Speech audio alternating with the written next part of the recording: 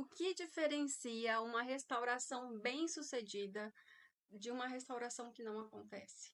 Eu me chamo Bruna Nicareta, sou especialista em restauração de casamentos e atendo casais há quase 3 anos. E nesse processo eu já vi muita coisa acontecer. Já vi pessoas que começaram super engajadas, acreditando no processo, mas desistiram pelo meio do caminho.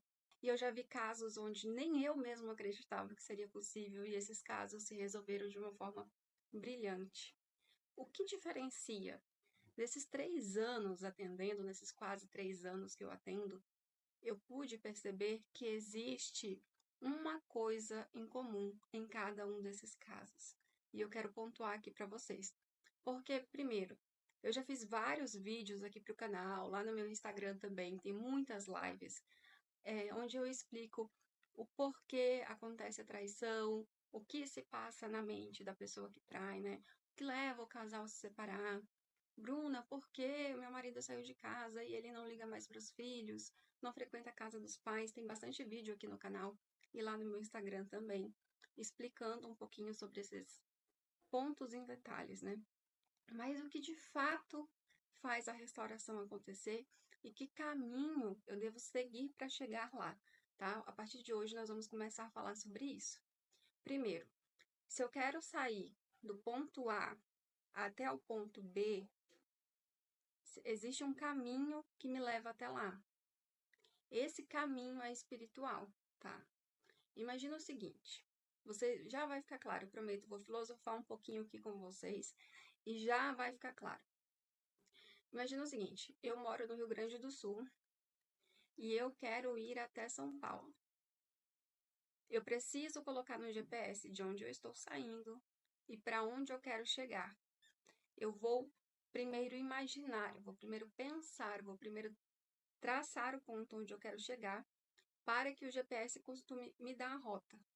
Agora, se eu falo assim, não, eu não quero ir por esse caminho. Essa rota que o GPS me mandou, eu não vou seguir. Eu quero seguir outro caminho. Tá tudo bem. Eventualmente eu possa chegar em São Paulo, mas vai ser muito mais demorado. Eu posso me perder. Nesse processo de restauração de casamento, existe também um processo para você seguir. Existe também um caminho para você seguir, tá? Esse caminho, ele envolve aspectos físicos, emocionais e espirituais, tá? Qual é o primeiro erro, tá? Antes de falar o que tem em comum, eu preciso trazer para vocês quais são os erros. Qual é o primeiro erro que muitas cometem? É não aceitar o processo. Não aceitar o que você está vivendo, não aceitar a tua circunstância. Concorda comigo que Deus não é masoquista? Ele não colocou nós no mundo, não nos colocou no mundo para sofrer. Assim, vai aí, sofre, vive a tua vida. Depois, no final da vida, se você tiver um bom desempenho, você merece o céu. Se você tiver um desempenho ruim, você merece o inferno. Não, gente. Ele nos colocou aqui. Precisei fazer uma pausa porque a janela abriu e acabou estourando a imagem. Acho que ainda tá um pouco estourada, mas a gente vai seguir assim mesmo, tá? Deus nos colocou aqui para que a gente seja merecedor, né? Para que a gente se desenvolva todo o nosso pleno potencial que Ele pensou para nós. Como assim, Bruno? Eu já falei que eu vou dar uma filosofada aqui, mas no final tudo vai fazer sentido, tá? Imagina que Deus pensou a sua alma perfeita, né? Ele pensou na sua alma santa, na sua melhor versão. Imagina a melhor versão que você poderia ser. Ele pensou nessa alma para você. Ele pensou nesse destino para você. Mas, imagina que quando ele pensou isso, ele trouxe um quebra-cabeça de presente. Imagina que você ama quebra-cabeças. Então, quando ele pensou em você, ele trouxe para você esse quebra-cabeça. Todo montadinho. Toma, essa aqui é a sua alma. Aí você fala, nossa, mas assim não tem graça. Eu quero montar esse quebra-cabeça. Eu quero ter a satisfação de colocar a última peça lá. Aí ele olhou pra você e falou assim, tá bom. Então você vai viver sua vida tentando montar esse quebra-cabeças para que você tenha satisfação, para que você mereça receber o prêmio, né? O prêmio da vitória. Você quer mesmo isso? Você quer mesmo ir pro mundo? Você quer mesmo viver essa vida? Você quer mesmo carregar essa bagagem? E a sua alma pediu por isso. Sim, eu quero. Eu quero porque eu vou conseguir. E quando eu conseguir, o prêmio vai ser muito satisfatório. Então, tá? Então, nós temos essas circunstâncias. Essas circunstâncias, elas não são da vontade de Deus. No sentido de que não é da vontade dele te ver sofrer. Mas é permissão dele. Se é permissão dele, vem dele. Então você não vai conseguir chegar a lugar nenhum negando o processo, negando as dores. Porque quando você nega, eu não quero viver isso, esse Deus é mau, ele não existe, ele não tá nem aí para minha família, você vira de costas para Deus. E se você vira de costas nesse momento, você não consegue receber as intuições do que fazer, do próximo passo, de como agir. Eu devo mandar mensagem ou eu devo esperar? Você não consegue receber as intuições, sabe? Você cria esse bloqueio. Você fala, eu não quero viver esse processo. Vira de costas para Deus e começa a rezar. Você começa a rezar para um outro Deus. Como assim, Bruna? Começa a rezar para um outro Deus. Você está me tirando? Não. Porque nesse processo você vai tateando as coisas físicas. Ah, ele me manda mensagem. Ah, ele não me manda mensagem. Aí você começa a colocar o seu marido no seu coração no lugar de Deus. Você começa a endeusar ele, sabe? E aí o processo já começa a dar errado. Outra coisa. Eu falo Deus, o que você quiser chamar de universo, chame de universo, força suprema, Deus, né? O nosso Pai no céu, o nosso Criador. Imagina que ele tem todas as bênçãos do mundo para te dar. Ele fez com que existisse um homem e uma mulher que pudessem se relacionar. Ele disse: crescei e multiplicai-vos. Ele criou todos os animais que habitam na Terra, todas as vegetações, todo o ouro, todo o minério, toda a galáxia, onde nós somos menos do que um cisco nessa galáxia inteira. Esse Pai, ele tem todas as bênçãos do mundo para te dar. Mas para isso você precisa estar pronta. Para isso você precisa estar preparada. Em que sentido? Imagina que eu seja uma menina de 16 anos. Tá lá a Bruna, de 16 anos. Aí eu vou ser filho pródigo, né? Chego pro meu pai e falo: pai, me dá a minha parte que me cabe da herança. O que eu vou fazer se meu pai me der essa parte da herança agora? Eu vou sair no mundo, vou gastar, não vou saber investir, não vou saber fazer essa herança render. Vou dar desgosto para minha família, porque eu não estava preparada para receber essa herança, tá? Tô aqui com a minha cuia de chimarrão. Imagina que tem uma amiga aqui do meu lado. Eu falo assim: amiga, serve um mate para mim? Ao invés de ela me dar exatamente o que eu preciso naquele momento, exatamente aquela mesma quantidade de água, ela serve em excesso. Muito mais água do que cabe na minha cuia. Eu estou segurando o mate. A água vai queimar minha mão e eu não vou ter satisfação. A água quente para o chimarrão é uma coisa maravilhosa. Gente, a imagem está estourando de novo. Vamos ver se voltou. A água quente para o chimarrão, ela é uma coisa maravilhosa. Mas, se eu receber ela fora da medida, eu vou queimar minha mão. Ou seja, quando nós recebemos algo que é uma bênção em excesso, o dinheiro lá da minha parte da herança com 16 anos seria uma coisa maravilhosa. Mas no momento errado e em excesso, destrói a nossa alma. Porque ao invés de ordem, nós temos caos. Bruna, mas o que isso tem a ver necessariamente com restauração de casamento? Se você não estiver pronta para receber o seu marido, ao invés de ordem, você vai ter caos. Por quê? É uma bênção maior do que você pode receber nesse momento. Entende? Imagina que o teu vaso é pequeno para receber toda essa bênção. Vocês vão começar a discutir porque você não está forjado o suficiente. porque você não vai aguentar recebê-lo de maneira pior do que talvez ele saiu, porque talvez na primeira briga que vocês tenham, você fique de saco cheio, mande ele para aquele lugar. Talvez ele volte para casa e a outra mulher ainda fique enchendo o saco dele. Você está preparada para lidar com tudo isso? Me diz. Ou da possibilidade de ele oscilar. Você estaria preparada? Porque querer receber a bênção antes da hora e negar o processo são dois erros gravíssimos. Então, Bruna, qual é o ponto em comum, já que você já citou os dois pontos que não devem ser feitos, né? Os pontos que fazem com que as pessoas se percam, não aceitar o processo, né? Ou querer a bênção antes do tempo. Qual é o ponto em comum que faz com que a restauração dê certo? Eu vou dividir esse ponto em dois também, tá? Mas basicamente ele se resume à certeza. Certeza de que eu vou conseguir, sem olhar para as circunstâncias. Está escrito: Deus não nos dá uma cruz, uma prova, um teste maior do que nós possamos carregar, né? E para que servem esses testes, essas provações? Para me melhorar como pessoa, para que eu seja merecedora de receber a bênção, entende? De formar o quebra-cabeça. Então pensa comigo, você não nasceu somente para conquistar o mundo, para ter dinheiro, para ter uma família.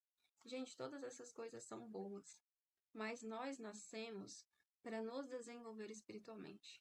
E quanto maior for o desafio, se você se mantiver pensando isso é bom porque vem de Deus, o Criador permitiu, maiores vão ser as suas bênçãos, tá? Pode parecer clichê tudo isso que eu tô falando, mas aquelas pessoas que acreditam, mesmo quando tudo estava dando errado, e as pessoas que mantiveram a fé e a certeza, mesmo sem ver saída, elas conseguiram. Porque é muito fácil você ter certeza quando tudo está dando certo.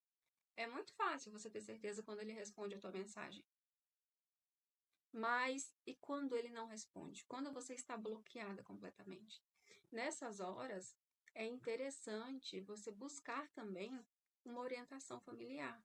Tá? Eu faço atendimentos individuais, vou deixar o link aqui na descrição.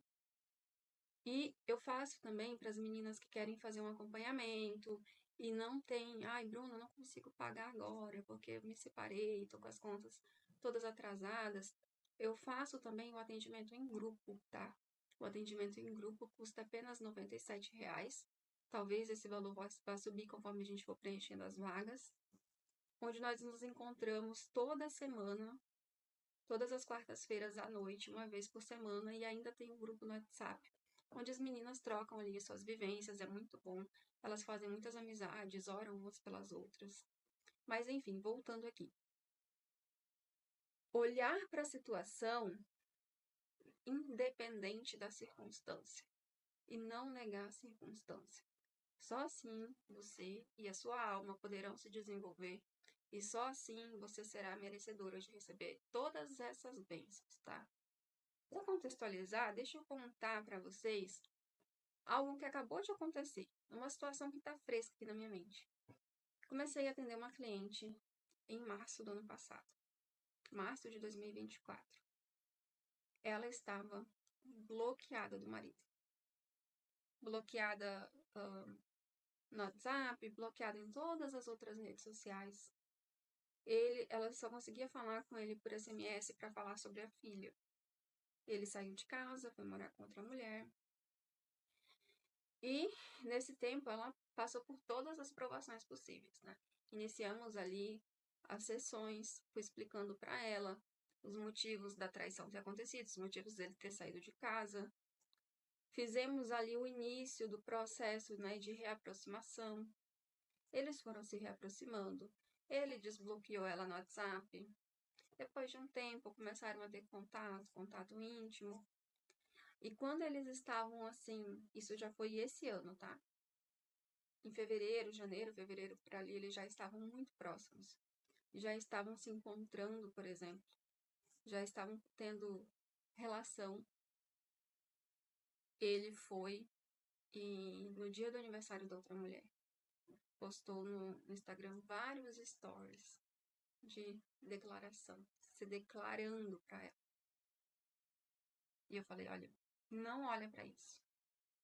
Isso não é ele. Ai, Bruna, como assim? Gente, tem um outro vídeo aqui no canal onde eu explico o motivo do porquê ele age dessa forma, ele oscila tanto assim. Porque quando ele se decide, é como se houvessem ali dentro dele duas personalidades lutando. Uma que quer voltar para casa, ficar com a família, reconstruir, ficar com os filhos, e o outro que quer viver fora. E depois que passou 2 semanas, né? Que foi quando ele saiu da casa da outra mulher. Depois que ele postou esses stories, passaram 2 semanas. Ele saiu da casa da outra mulher e ontem fez 2 noites que ele dormiu em casa. Nós fomos entender que o relacionamento dele com a outra mulher já estava por um fio, e ele ali, para fazer uma média, foi e postou todos aqueles stories. Porque ele realmente não queria mais estar ali, mas sabe, tô morando na casa dela, tô usando o carro dela, então para fazer uma média, eu vou fazer isso. Então assim, não se deixem enganar pelas ilusões, pelas circunstâncias, tá?